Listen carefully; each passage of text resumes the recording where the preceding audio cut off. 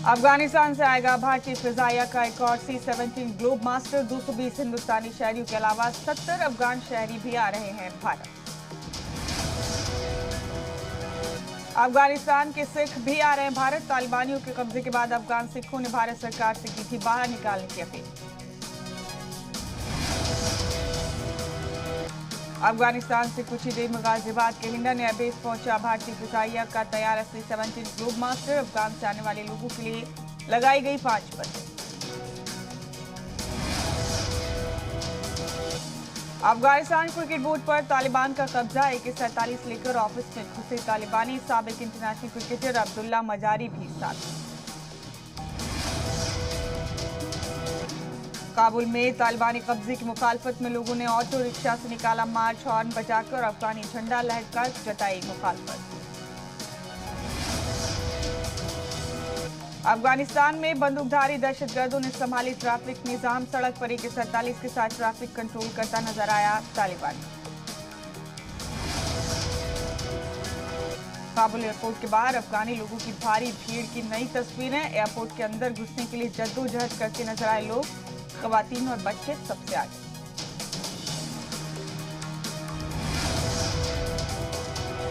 काबुल की सड़कों पर तालिबानियों के जुल्म का शिकार होने लोग। अफगानी फ्लैग के साथ जा रहे शख्स को पीटा। बंदूक की बट से शख्स पर किया हमला।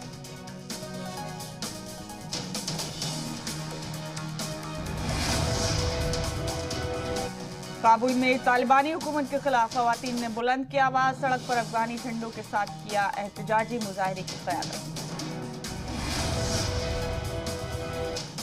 अफगानिस्तान में खातून असतज़ा ने भी बुलंद की तालिबान के खिलाफ आवाज। कहा चलते रहेंगे स्कूल चाहे तालिबान कुछ भी करे।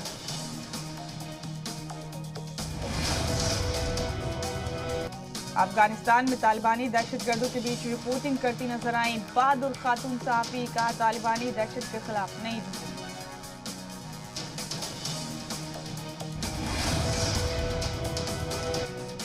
काबुल में तालिबान के घुसने के बाद से अफरा तफरी का माहौल। दूसरे ममालिक में जाने के लिए बॉर्डर और एयरपोर्ट पर अफगानी लोगों की भारी भीड़।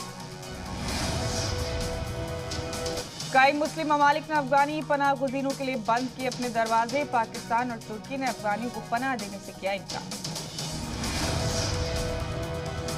बांग्लादेश ने भी अफगान शहरियों को पनाह देने से किया इनकार। हंगरी, ईरान, उज्बेकिस्तान, स्विट्जरलैंड और ऑस्ट्रिया की सरकारों ने भी फेरा मुंह। अफगानिस्तान से अपनी फौज को वापस बुलाने पर जो बाइडेन की सफाई। कहा 31 अगस्त तक सभी लोगों को बाहर निकाल लिया जाएगा, लेकिन तारीख को आगे बढ़ाया जा सकता है। अगले हफ्ते G7 के वज़ीर ख़ारजा की होने वाली बैठक की सदारत करेगा ब्रिटेन। बैठक में अफगानिस्तान के हालात पर होगी चर्चा। UNSC की बैठक में बोले वज़ीर ख़ारजा एस जयशंकर। दहशतगर्दी का गुणगान न हो, कुछ मुल्क दहशतगर्दों की मुसलसल मदद कर रहे हैं। एस जयशंकर ने कहा अफगानिस्तान के हालात फिक्र आमेज हैं। दहशतगर्दी की मदद करने वाले ममालिक को रोकना होगा।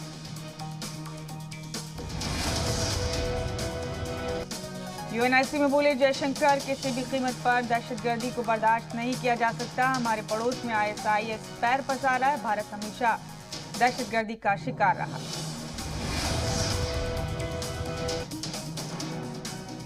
अफगानिस्तान में मुसलसल बिगड़ रहे काबुल एयरपोर्ट के बाहर हालात। मुल्क छोड़कर भाग रही भीड़ को काबू करने के लिए फिर हुई फायरिंग।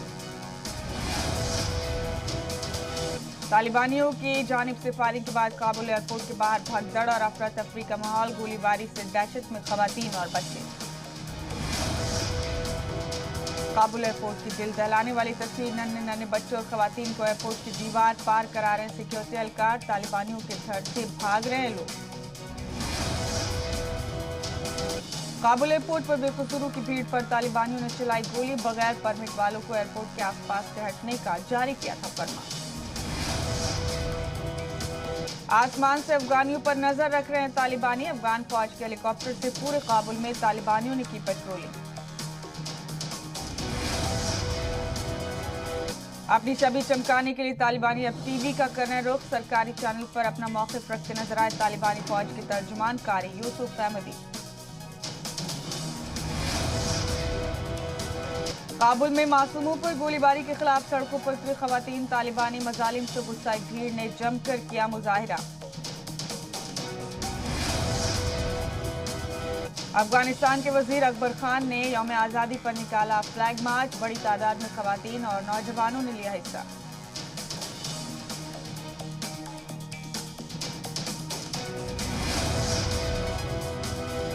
अफगानिस्तान में अलग अलग इलाकों से तालिबानी हटा रहे मुल्क का झंडा, पूरे मुल्क में तालिबानी सफेद झंडा लगा रहे हैं। यौम आज़ादी पर लोगों को नहीं दी मुल्क का झंडा फहराने की इजाजत।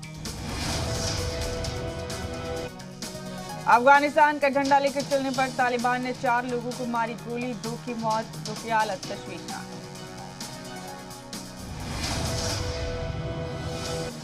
अफगानिस्तान में तालिबान के सामने खड़े हुए आम शहरी, मकामी लोगों ने फहराया अफगानिस्तान का झंडा, हजारों की भीड़ मौके पर रही मौजूद।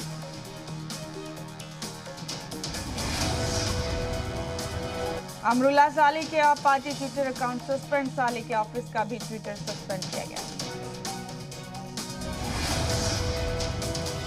तालिबान के डर से Twitter, Instagram, Facebook account delete कर रही खवातीन, सोशल मीडिया प्लेटफॉर्म पर बन रहे हैं कई फेक अकाउंट।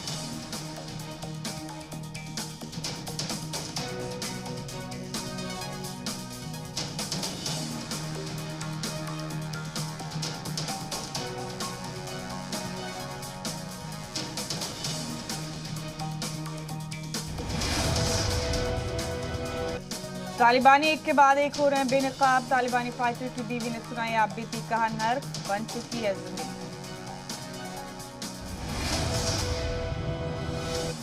अफगानिस्तान में तालिबान के कब्जे के बाद ठप पड़े, लोगों के कारोबार बंद, बाजारों में चंद दुकानें ही खुली हैं, आसमान पर चीजों के दाम।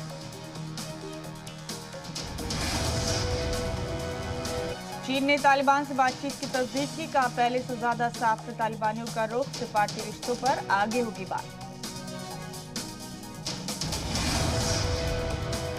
तालिबान को पाकिस्तान की खुली हिमायत, वजीर खारजा कुरैशी बोले तालिबान के खिलाफ चलाया गया प्रोपेगेंडा, तालिबान के पुरअमन कदमों का खैर मकदम करते हैं। दिल्ली के जंगपुरा मेट्रो स्टेशन के पास अफगानी लोगों ने मनाया अपना आज़ादी का दिन, इस मौके पर दिल्ली में रहने वाले अफगानी बच्चे और खवातीन भी हुए शामिल।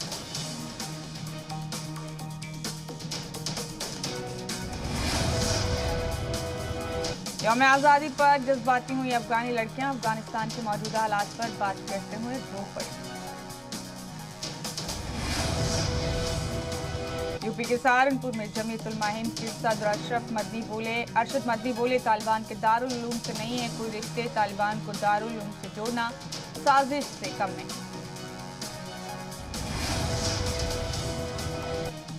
मौलाना अरशद मदनी ने कहा आज़ादी से पहले बहुत से ममालिक के लोग दारुल उलूम से पढ़े, तालिबान अगर अपनी सरकार में अच्छा काम नहीं करेगा तो सब करेंगे बुराई, हम भी बुराई करेंगे। तालिबान की हिमायत करने वालों पर बरसे सीएम योगी, तालिबानियों की हिमायत करने वाले बेशरम, ऐसे लोगों को करना चाहिए बेनकाब। यूपी असेंबली में तालिबान पर सीएम योगी के बयान पर कांग्रेस लीडर राशिद अलवी ने कहा सीएम योगी तालिबान को यूपी इलेक्शन का मुद्दा बनाना चाहते हैं। मुनव्वर राना के बयान पर यूपी के डिप्टी सीएम केशव प्रसाद मौर्य ने कहा जिसे जहां जाना है वहां जाए, लेकिन इस तरह का बयान देकर माहौल खराब न करें। अफगानिस्तान में फंसे उत्तराखंड के लोगों को लाने के लिए सीएम धामी ने वजीर दिफा और एनएचएससी की बात, कहा महफूज वापसी के लिए सरकार की कोशिशें मुसलसल जारी। अफगानिस्तान में तालिबानी हुकूमत पर मेनका गांधी ने जताई फिक्र, कहा पूरी दुनिया के लिए खतरा है, तालिबान वो नहीं करते खवातीन की कदर।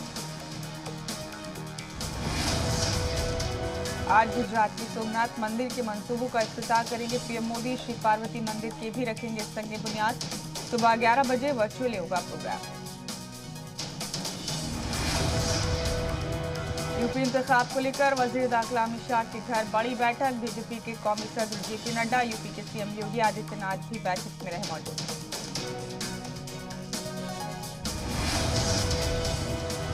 कांग्रेस की एंटरिम सदर सोनिया गांधी ने आज बुलाई अपोजिशन जमातों की बैठक, 15 जमातों के लीडरान के संग करेंगे वर्चुअली बातचीत, ममता और उद्धव भी होंगे शामिल।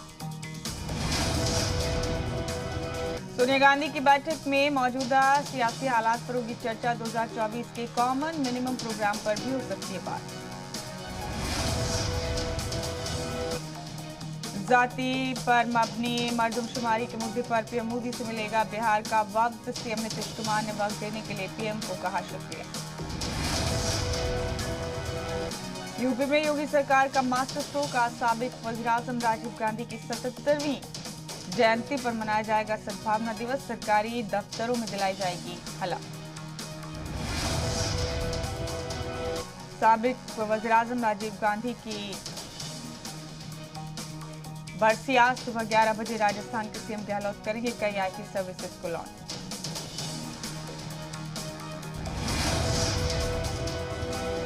छत्तीसगढ़ में आज जारी होगा राजीव गांधी किसान न्याय योजना की किश्त। सीएम भूपेश बघेल के साथ प्रोग्राम में मौजूद रहेंगे सोनिया और राहुल गांधी।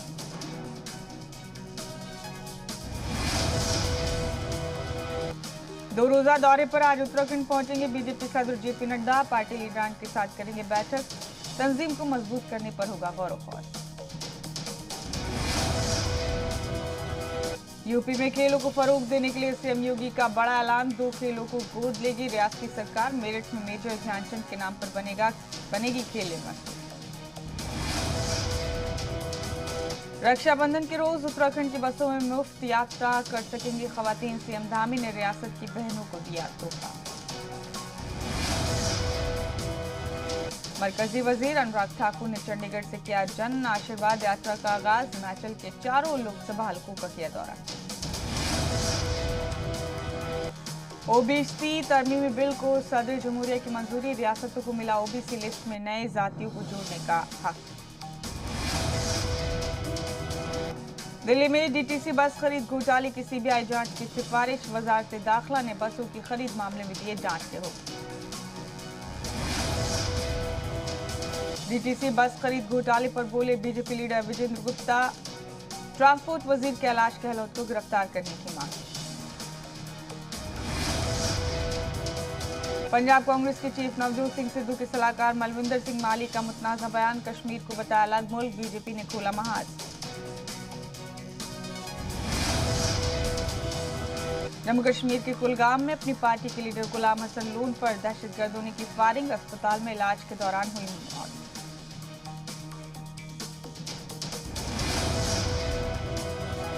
केरल में नहीं थम रहा कोरोना का कहर। 24 घंटे में 21,116 नए केस। एक दिन में 197 की मौत। रियासत में पॉजिटिविटी रेट 16.15%। दिल्ली के प्रगति मैदान में छठे इंटरनेशनल पुलिस एक्सपो का हुआ आगाज। मेड इन इंडिया के तहत बने हथियारों का दिखाता।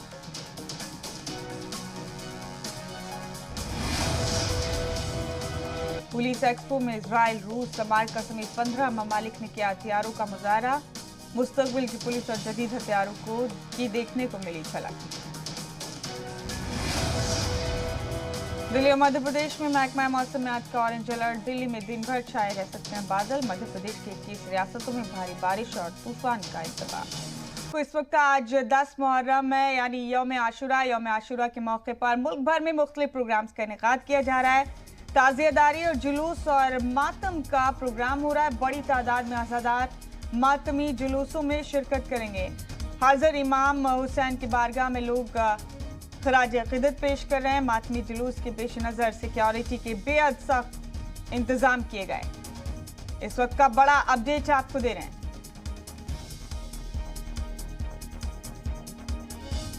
आज 10वां मुहर्रम है, यौम आशुरा है। यौम आशुरा के मौके पर मुल्क भर में मुख्तलिफ प्रोग्राम का इनेकाद किया जा रहा है। ताज़ियेदारी और जुलूस और मातम के प्रोग्राम हो रहे हैं। बड़ी तादाद में अज़ादार मातमी जुलूसों में शिरकत करेंगे। हजरत इमाम हुसैन की बारगाह में लोग खराज अक़ीदत पेश कर रहे हैं। मातमी जुलूस के पेश नज़र सिक्योरिटी के बेहद सख्त इंतजाम किए गए। बड़ा अपडेट दे रहे हैं इस वक्त का आपको। हजरत इमाम हुसैन की बारगाह में लोग खराज अक़ीदत पेश कर रहे हैं। मातमी जुलूस के पेश नज़र सिक्योरिटी के बेहद पुख्ता इंतजाम किए गए। बड़ा अपडेट दे रहे हैं इस वक्त का आपको। आज मुख्तलिफ प्रोग्राम्स का इनेकाद हो रहा है। सिक्योरिटी के हवाले से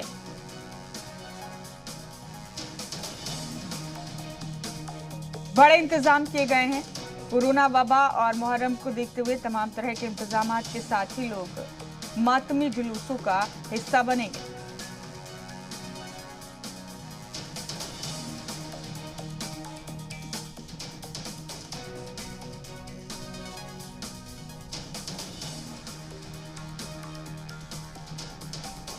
और हमारे साथी अमजद हमारे साथ बराह रास्त मौजूद हैं तमाम अपडेट लेकर इस खबर पर।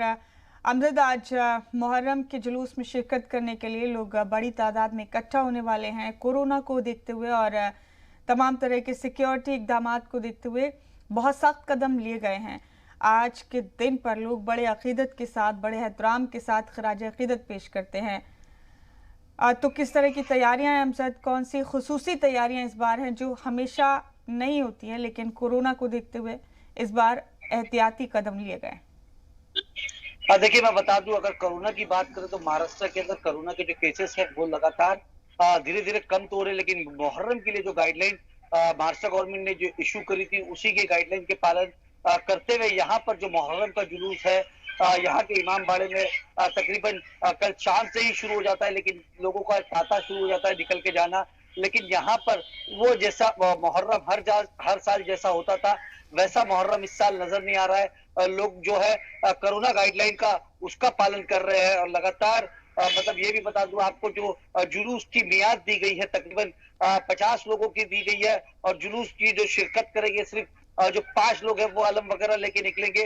तो वो जो तैयारी है, जो कोरोना के गाइडलाइन की लेके जो तैयारी है वो तकरीबन यहाँ के लोग उसका जरूर पालन कर रहे हैं। इसी के लिए मुहर्रम जो है इस वक्त यहाँ पर मुंबई की बात करें खास तौर पे, तो मुंबई में जिस तरीके से मुहर्रम हर साल हुआ करता था उस तरीके से इस साल नजर नहीं आ रहा। जी अमजद, साउथ मुंबई को लेकर भी हाईकोर्ट ने शराइत के साथ, शर्तों के साथ ताजिया निकालने की इजाजत दी है। शाम 4 से 7 बजे तक ही निकाला जा सकता है। जी हाँ जी बिल्कुल, अगर जो हाईकोर्ट की बात करें तो बॉम्बे हाईकोर्ट ने जो इजाजत दी है लोगों को 4 से 7 तक की, क्योंकि मैं आपको पहले ही बता दिया कि मुंबई के अंदर जब भी मुहर्रम का जो दिन हुआ करता था 9वीं तारीख या 10वीं तारीख, तो 9वीं तारीख के बाद मगरिब के बाद से ही लोगों का जो मातम का जो सिलसिला है वो शुरू हो जाता था। गली मोहल्लों में भी मातम हुआ करता था। और यहाँ का साउथ बॉम्बे की अगर बात करें तो साउथ बॉम्बे का सबसे बड़ा इमाम बाड़ा है। यहाँ पर तकरीबन काफी सारे जिम्मेदार लोग होते हैं और पूरी मुंबई से लोग साउथ मुंबई में आते हैं इमाम बाड़े के अंदर, वहां पर मातम वगैरह भी होता है। लेकिन इस वक्त जो अभी इस वक्त जो हाल है कोरोना गाइडलाइन को लेके उसका लगभग पालन किया जा रहा है। अगर इमाम बाड़े की भी बात करें तो इमाम बाड़े के आसपास जो लोग हैं वो काफी कम बताए जा रहे हैं, जो सरकार की तरफ से गाइडलाइन दी गई है उसको लेके। और अगर बात करें इमाम बाड़े की, तो इमाम बाड़े पे जो ताजिया निकलना है तकरीबन शाम में 4 बजे निकलना है, जो अलम वगैरह लेके निकलेंगे। और जो जुलूस है वो भी तकरीबन शाम में 7 बजे ही निकलेगा। जी अमजद, आप बने रहे हमारे साथ। हमारे साथी सैयद आमिर रामपुर से हमारे साथ बने हैं।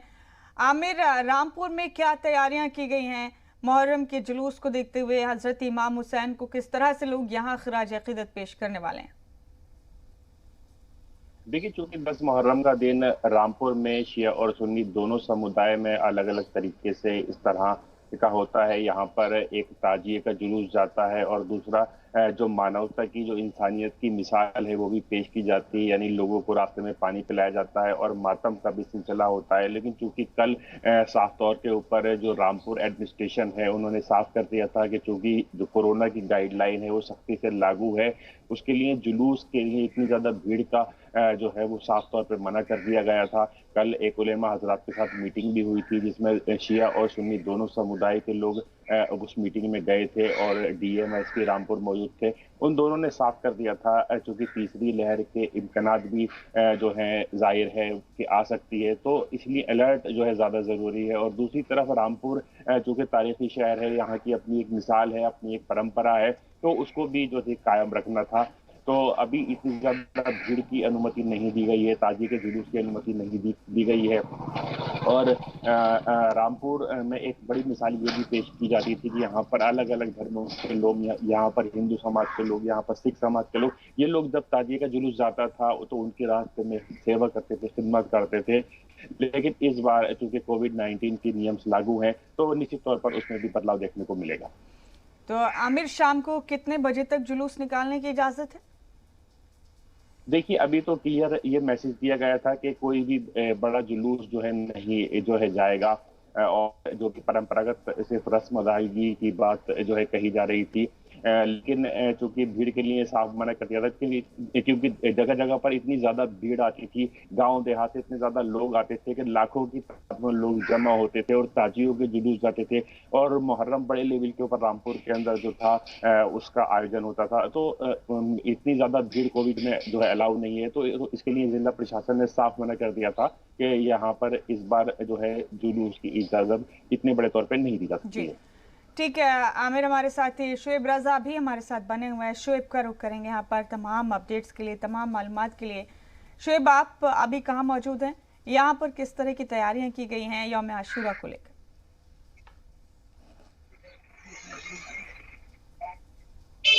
शुएब, आप सुन सकते हैं हमें? बिल्कुल, देखिए दिल्ली की जो शिया जामा मस्जिद है, मैं इस वक्त यहाँ पर मौजूद हूँ और यहाँ से हर साल यौम आशूरा के मौके पर बड़ी तादाद में लोग इकट्ठा होते हैं, हजारों की तादाद में लोग इकट्ठा होते हैं और जो यौम आशूरा का जुलूस है वो यहाँ से बरामद होता है। लेकिन पिछले 2 सालों से जब से कोविड का दौर शुरू हुआ है तब से लोगों की भीड़ को जमा होने की जरूरत नहीं है। इस बार भी लोगों की भीड़ बिल्कुल जमा नहीं होगी। इसलिए जो हमें बताया गया है वो ये कि 8 बजे के करीब यहाँ पर जो इबादत का प्रोग्राम है वो मस्जिद के अंदर होगा। उसके बाद 9 बजे मजलिस होगी और मजलिस के बाद जुलूस को जो जुलूस की शक्ल में बड़ी तादाद में लोग इकट्ठा होना शुरू हो जाते थे वो इस बार भी नहीं होगा। भारी जो पुलिस बल है वो यहाँ पर तैनात है और तमाम जो लोग हैं उनसे कहा गया है कि कोविड प्रोटोकॉल का आप पालन कीजिए, क्योंकि किसी भी तरह की भीड़ इकट्ठा होना कोरोना को बढ़ावा देना है। इसलिए इस बार भी यौम आशूरा के मौके पर दिल्ली से जो जुलूस है वो बरामद नहीं होता। ये तारीखी जुलूस है, मुगल बादशाहों के दौर से यहीं से शिया जामा मस्जिद से ही जुलूस निकलता था और फिर ये पंजा शरीफ तक जाता है। लेकिन पिछले 2 सालों से लगातार हम देख रहे हैं कोविड की वजह से ये नहीं हो पा रहा है। हालांकि जो लोग हैं क्योंकि जज्बात जुड़े हैं उनके और एक तरीके से ये अकीदत उनका जी। शुएब, हम फिर आपसे अपडेट लेंगे। फिलहाल आपका बहुत शुक्रिया हमारे साथ जुड़ने के लिए। सैयद आमिर, आपका भी बहुत शुक्रिया। अमजद, आपका भी बहुत बहुत शुक्रिया तमाम तफसीलात शेयर करने के लिए। और इन तमाम खबरों के साथ इस बुलेटिन में बस इतना ही। दीजिए इजाजत।